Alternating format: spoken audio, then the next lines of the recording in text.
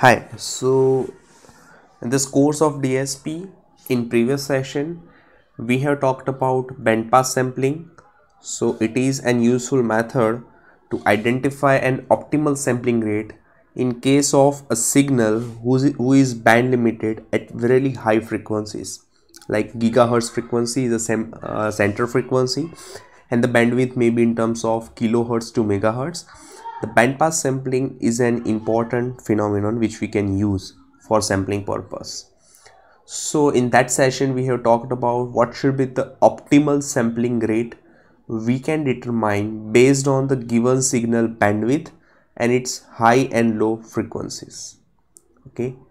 Following to that, we have talked about an orthogonal transform. We have derived the conditions which is to be satisfied by an orthogonal transform. And then we have introduced the concept of DFT. That we have also seen that how can we define discrete Fourier transform as a sampled version of DTFT, and also we have seen its analysis and synthesis formulation. Now in today's session we are going to look more inside about discrete Fourier transform. So first of all, we'll see that how can we compute discrete Fourier transform of given discrete time sequence using the analysis method. So through our analysis formula, we're just trying to capture what is the discrete Fourier transform of given sequence. Okay. Along with that, we have to identify what is the computational cost involved into it. So suppose you want to compute an n point DFT of given sequence, which is also we assume to be n point. How many adders and multipliers are required to actually implement that discrete Fourier transform?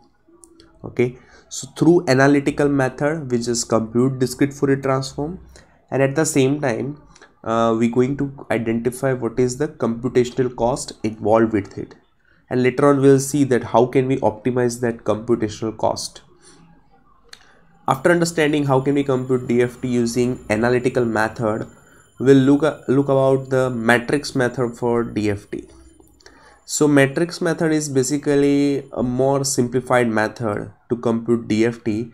So by having a transform basis sequence in matrix form, you can directly compute DFT of given sequence. So that would be a simple approach to identify DFT, which is a simple matrix multiplication. And in order to identify that transform basis matrix, we represent the DFT equation with the basis which we can alternately denote with the Tweedale factor. So that would be another simplified version of representation of DFT. So we are going to look about some of the properties of the Tweedale factor. Okay, we generally denote with Wn, where n subscript indicates it's a n point DFT. Okay, so we are going to talk about the properties of that Tweedale factor. Along with that, we are going to specify and prove all those properties which can be helpful to create a basis matrix. Okay, so these are the things which we are going to talk about in today's session. Thank you.